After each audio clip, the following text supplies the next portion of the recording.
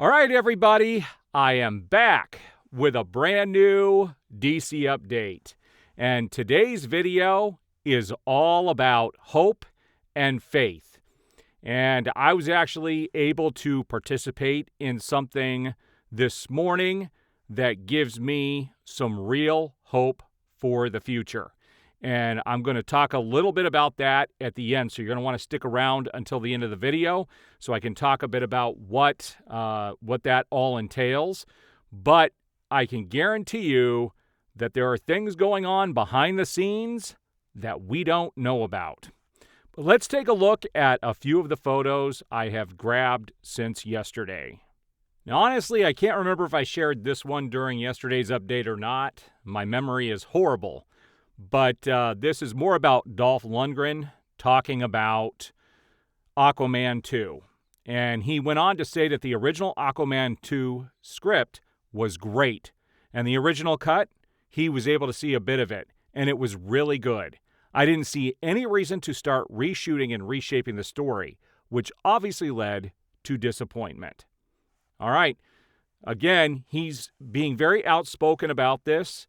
And I am glad that more and more people are coming out, talking out against the studio.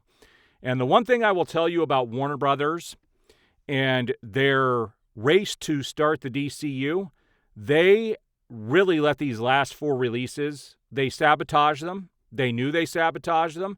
And you could see that especially with Aquaman 2, where they did absolutely zero marketing with this film. And one thing that's amazing about this is it wouldn't take James Gunn but 2 seconds to go onto Threads or onto Twitter and go ahead and make a comment about the movie being out to help promote it. If he's got such a following and such a people who really appreciate what he has to say and people who will follow him to the ends of the earth, and he has that much influence, he could have come out and made a comment about this movie coming out. It doesn't cost the studio anything. And he easily could have helped promote this movie. And it still is the best. It is the best. It's had the most ticket sales out of any movie since Black Adam. And it may end up beating Black Adam. It's not quite there yet, but it could very well beat Black Adam. But keep in mind, this did get a China release, which Black Adam did not. So there was still more interest when Black Adam was out than there was with Aquaman 2. But this movie wasn't terrible, but it had some problems. Like, my biggest problem with it was the fact that Jason Momoa did not act like Aquaman. He was acting like a goofy Jason Momoa the whole film. The story was good, though, and the visuals were pretty good.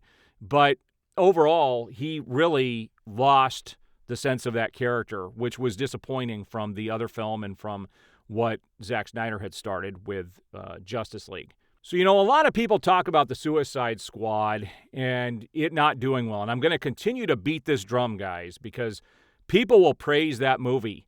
And they'll say, well, it came out during a pandemic. Well, keep in mind, and this is a great post, that No Way Home came out during the pandemic and made $1.8 billion. No Time to Die came out during the pandemic and made $775 million. The Suicide Squad came out and didn't make squat. HBO Max didn't have that big of an install base, so not that many people saw it. They had the option of staying home and getting HBO Max just to watch the movie, but they didn't, and they definitely didn't go to the movies to see it. Nobody cared about the Suicide Squad. So this is very interesting. Back in 2016, the Hollywood Reporter report shows that Warner Brothers Picture was doing a lot better at the box office, leading the charge with films Batman vs. Superman and Suicide Squad. If you go back to that time, man, people were going, there was excitement. Suicide Squad made quite a bit of money for a new franchise and for a group of people that nobody had ever seen before. And the Suicide Squad, that film, you're bringing in a group of people that isn't like mainstream. It is for comic fans, but to also bring in that mainstream audience to make as much money as it did was a pretty big deal. And even with Batman vs. Superman being butchered, it still made a lot of money, and if it was released today, would have made like $1.2 billion. And it goes on to say it also shows Warner Brothers' downfall began when it started imitating Disney, which it did.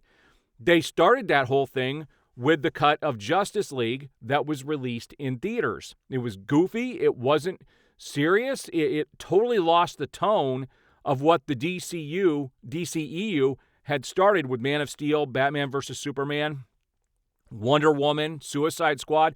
There was definitely a connection with the feel, and the studio felt like they needed to change it, and that's when everything went to crap. Now, this isn't directly DC related other than the fact that I thought this was a great mural. I will add this to my photos so that if anybody would like this, you've got John Williams, who is a great composer, and he did do the Superman score, which to this day is probably the most iconic superhero score ever done. He is definitely the GOAT. Right, so there's been a lot of talk out there how Henry Cavill never captured the essence of Superman, and that he wasn't full of hope, and that he was just a terrible, dark, evil figure.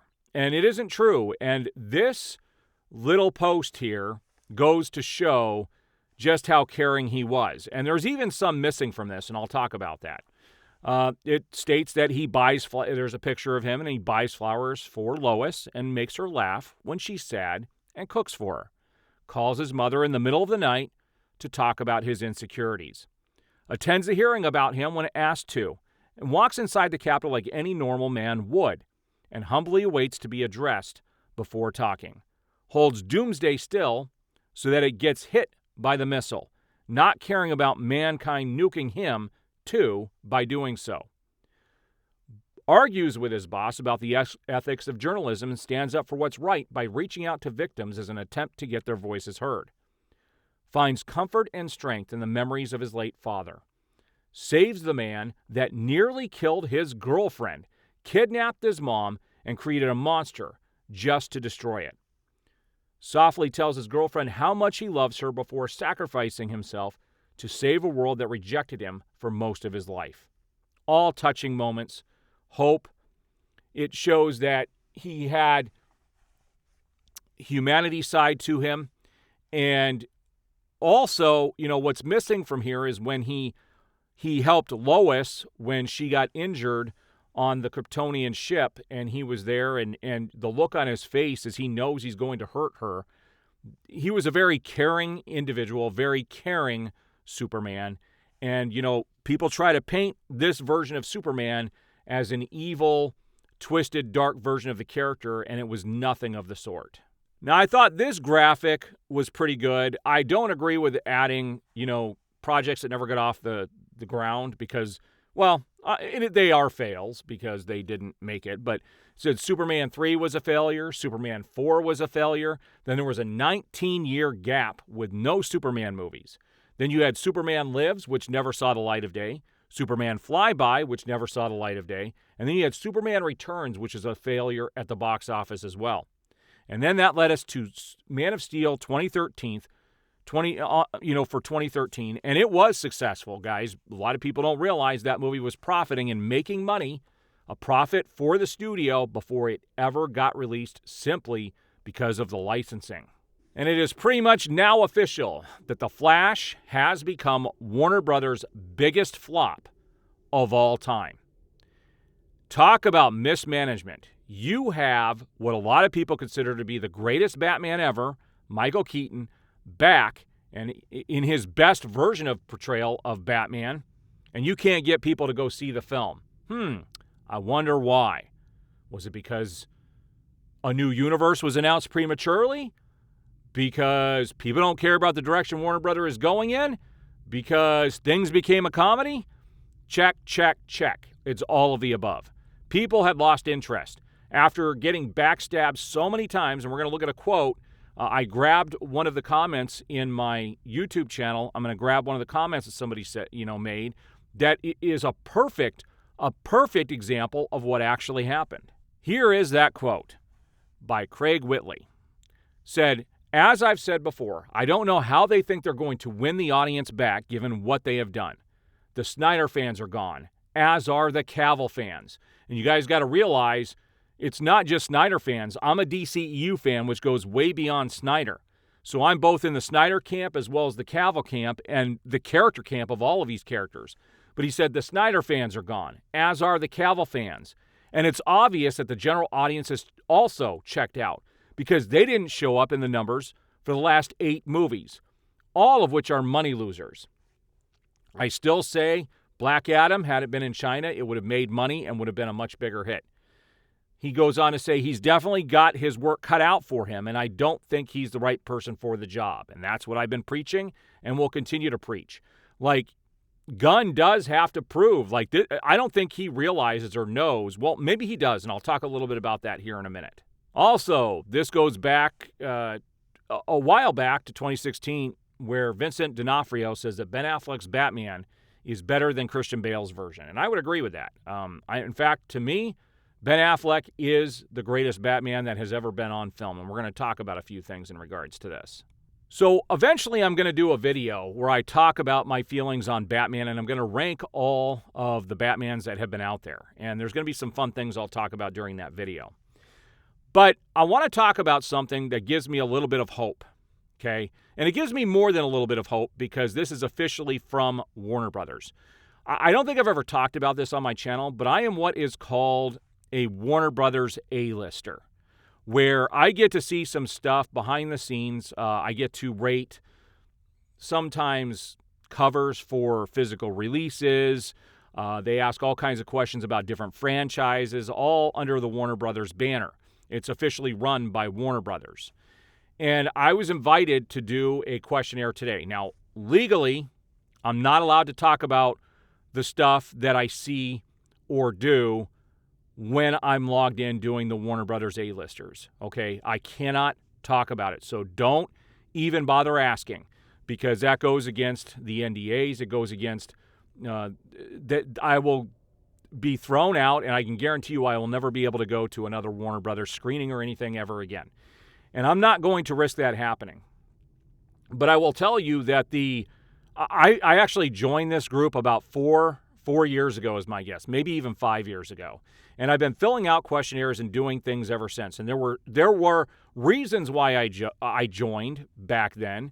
And this was when, Warner Brothers was in turmoil about the time that Justice League got released and all the crap went down with Snyder and everything else. And I was hoping that they would get to a certain line of questions, which never really came until today.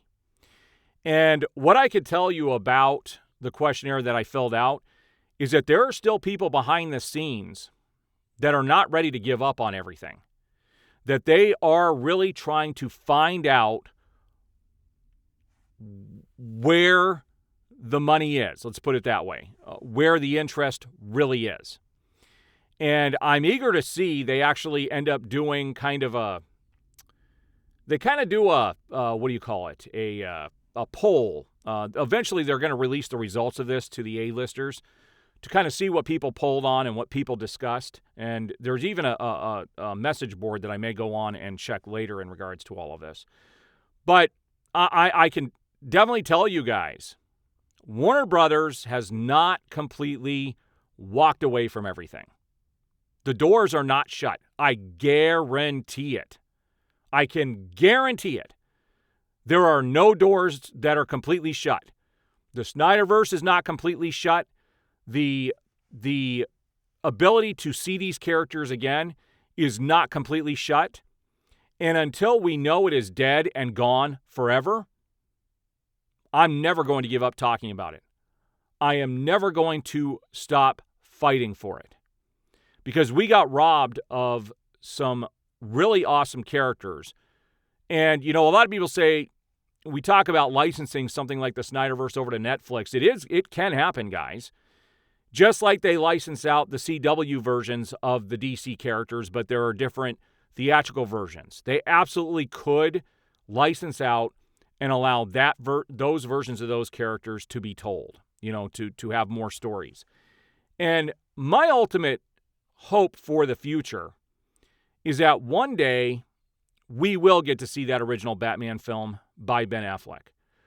Hopefully one day we could see adventures in that world, even as a younger Batman, not played by Ben Affleck, but in that same universe, in that same tone.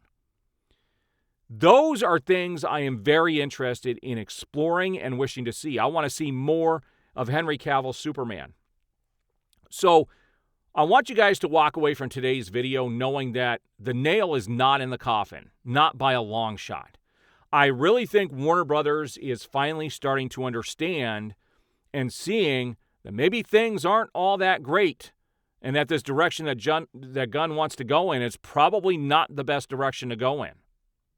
And that the MCU route and making everything light and comedic is not the way to go. I showed you in the last video that there are people who are in the industry that were actually worked on some of these movies that talked about Ben Affleck's Batman script being the best script that has ever been written. I want to see that film. I want to see more from that universe. That is a Batman I would love to explore more than anything else. And nothing is ever done. Look at Michael Keaton coming back after 30 years, guys. Freaking 30 years. Nothing is ever done. There's definitely going to be room in the future to possibly revisit these characters or have more stories told. I'm telling you guys, nothing is closed. So you can walk away with that hope, with that faith, and we'll see what the future brings. I'm here for it all. I'll be covering it all. I appreciate all the support, and we will see you guys on the next video.